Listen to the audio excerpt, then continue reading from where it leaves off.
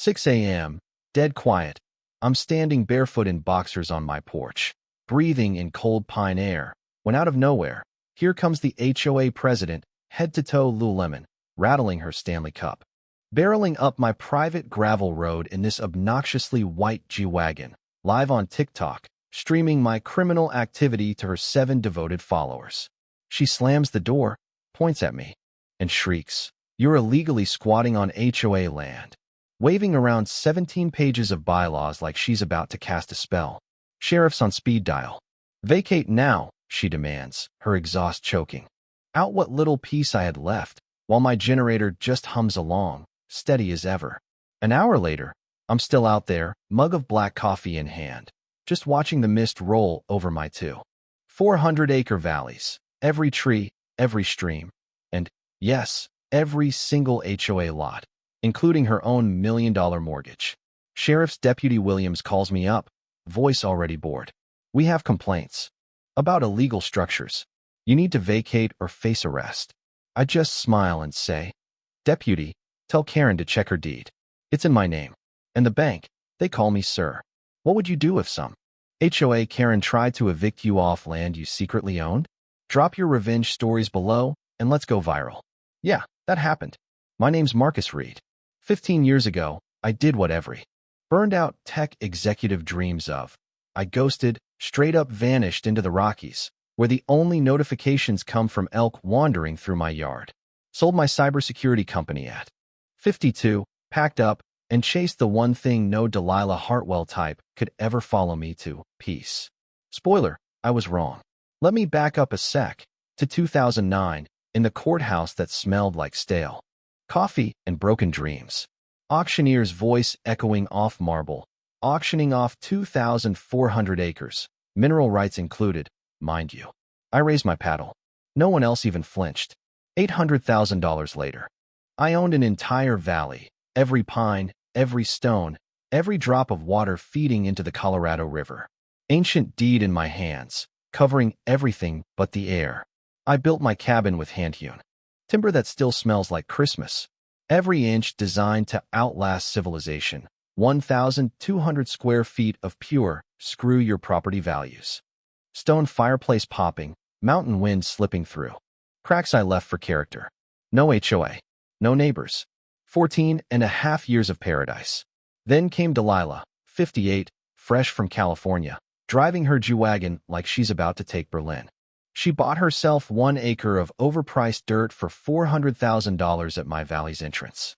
Realtor probably bought himself a yacht. Within a week, she was Whispering Creek HOA president, business cards and all. I swear, the confidence on this woman could fill a U-Haul. Recruited 3 other city slickers who'd bought into the same realtor fairy tale, all terrified of her legal threats. First HOA meeting? In an abandoned ranger station, mouse droppings and all, where she announced, "We need community standards. Property values require aesthetic consistency." I wasn't invited, probably because Miss Research hadn't found out I existed. First meeting between us, she drives up my private road. 3 miles of trespass, snapping pictures of my cabin like she's CSI. Mountain Edition. "These structures violate county code and community standards," she announces, phone clicking away. I'm mid-swing, splitting firewood. "Ma'am, there's no HOA here. This is private land." She pulls out a folder thick as a phone book, documentation, apparently, then peels out, gravel flying. That's when it really starts. County inspector on my porch, complaints of illegal sewage. State Environmental Agency getting anonymous tips. My face plastered on her social media. Illegal squatter destroying pristine wilderness. Local paper runs the story, no call to me. Mystery man's cabin threatens ecosystem. Reporter must have graduated from the Delilah Hartwell School of Due Diligence. Here's the thing, I could have ended it right then. One phone call. Shown her my deed, mineral rights, had her arrested. But I was fascinated. How far would Queen Delilah push this? Nobody brings this much firepower over mailbox regulations. She wanted something big, and I had a sneaking suspicion it involved my worthless mountain. So, I played possum. Let her think she'd found easy prey. Sometimes the best mousetrap is the one where the mouse thinks it's winning. After 15 years of quiet, I'll admit, this was almost fun. 2 weeks later, Delilah goes full warlord, forms the Whispering Creek Environmental Protection Committee. Nothing legitimizes a power grab like environmental in the title. First recruit, Bradford Stevens, a city lawyer having a midlife crisis. Saw her corner him at Molly's coffee shop, voice cutting through the steam like a saw. Join our committee or lose your investment, she says, sliding him paperwork across a sticky table. Next, retired Judge Vera Clayton, ambushed at the grocery store between kale and quinoa. We need judicial expertise to handle this squatter situation, Delilah purrs. Environmental liability, you understand. Vera, smart as a whip, just nods along to avoid looking dumb. Within a week, Delilah's got her dream team, a judge, a lawyer, 3 city refugees, all lending her scam credibility. She calls a press conference on the courthouse steps, where I'd bought the valley for chump. Change years ago. We're filing suit against the illegal occupant, she announces. Her nuclear weapon, a 1987 HOA covenant, looked more official than my birth certificate. County letterhead, notary stamp, all the bells and whistles. Paper so expensive, it probably cost more than my groceries for a month. But, see, I'd spent my morning at the records office, scrolling through microfilm. Under flickering lights and the scent of desperation. 43 years of documents. No HOA, no covenant, nothing but an eagle nest protection clause, which I've always followed. Delilah's paperwork was faker than a Hollywood marriage. But here's where my tech background came in. This wasn't random harassment. Bradford slipped up in a deposition. They needed access through my land for their back lots. County road ended at my gate. Everything past that, mine. Without my 5 acres, their $1 million development was an expensive camping trip. So, I kept up my dumb mountain man act. Let them think their paperwork worked.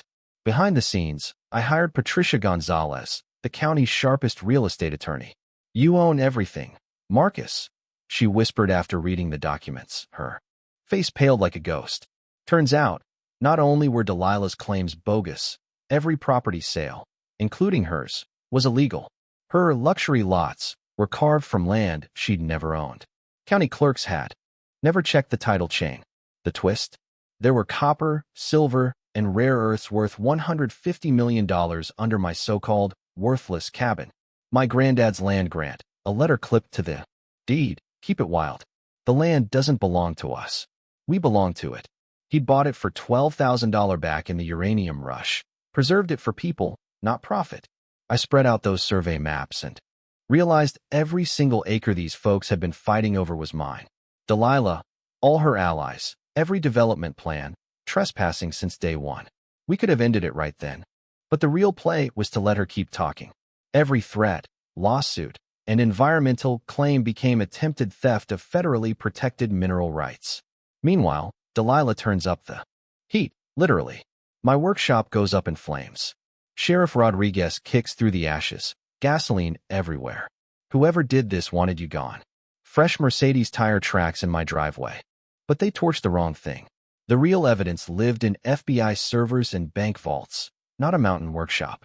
That Friday, Delilah rolls up with Rex Vaughn, her developer, boots cleaner than the air. Whole investor convoy. Cameras everywhere.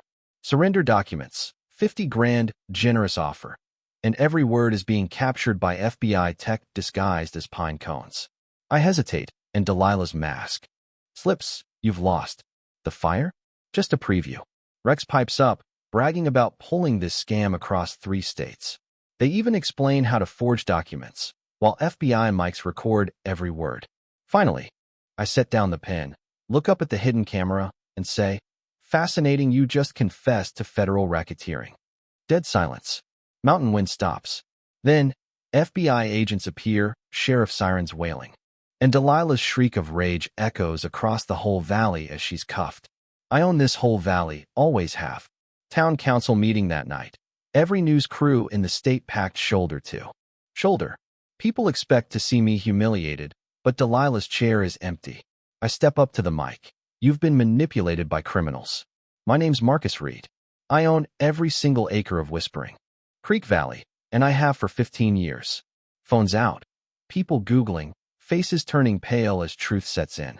FBI agent Martinez steps forward. 4 hours ago, we arrested Delilah Hartwell, Rex Vaughn, and Judge Clayton for federal racketeering. Every property sale in Whispering Creek Valley was fraudulent. Every HOA document forged. Every environmental claim manufactured to steal over $50 million of land. Crowd erupts. Panic, anger, realization, they'd all been duped. But here's what mattered most. We're putting 2,000 acres in federal conservation forever. For 100 acres. Become an education center, 50 local jobs. Scholarships for kids studying environmental science. For the first time in months, the room is silent. Then one clap, then 10, then a thunder of applause that rattles the windows. A reporter, same one who called me an eco-terrorist weeks ago, asks, "How does it feel to be vindicated?" I just smile. Feels like my grandfather's dream came true. He bought this land to keep it wild. Some of us mountain folk don't just talk about protecting the environment. We actually do it. 6 months later, Delilah gets 18 years for racketeering. Rex, 12 for conspiracy. Judge Clayton, 15 and permanent disbarment. My cabin still stands, now surrounded by kids learning wildlife conservation, not bulldozers. The air smells like sawdust. And possibility. Tommy, my PI, runs the new education center. The scholarship fund honors my grandfather. Local businesses that treated me like a leper now beg for contracts. Tourism thrives. Conservation becomes reality. Looking back, it's wild. One woman's greed almost destroyed a valley. But in the end, justice didn't just mean winning. It meant protecting the land for everyone who'd come after. If you've survived your own HOA nightmare, if you've battled manufactured authority, drop your story below. Your experience could save someone else from falling for the same scam. And if you believe in mountain justice, hit subscribe, drop a comment, and join the fight. Because out here, some of us don't just survive. We own the whole damn mountain.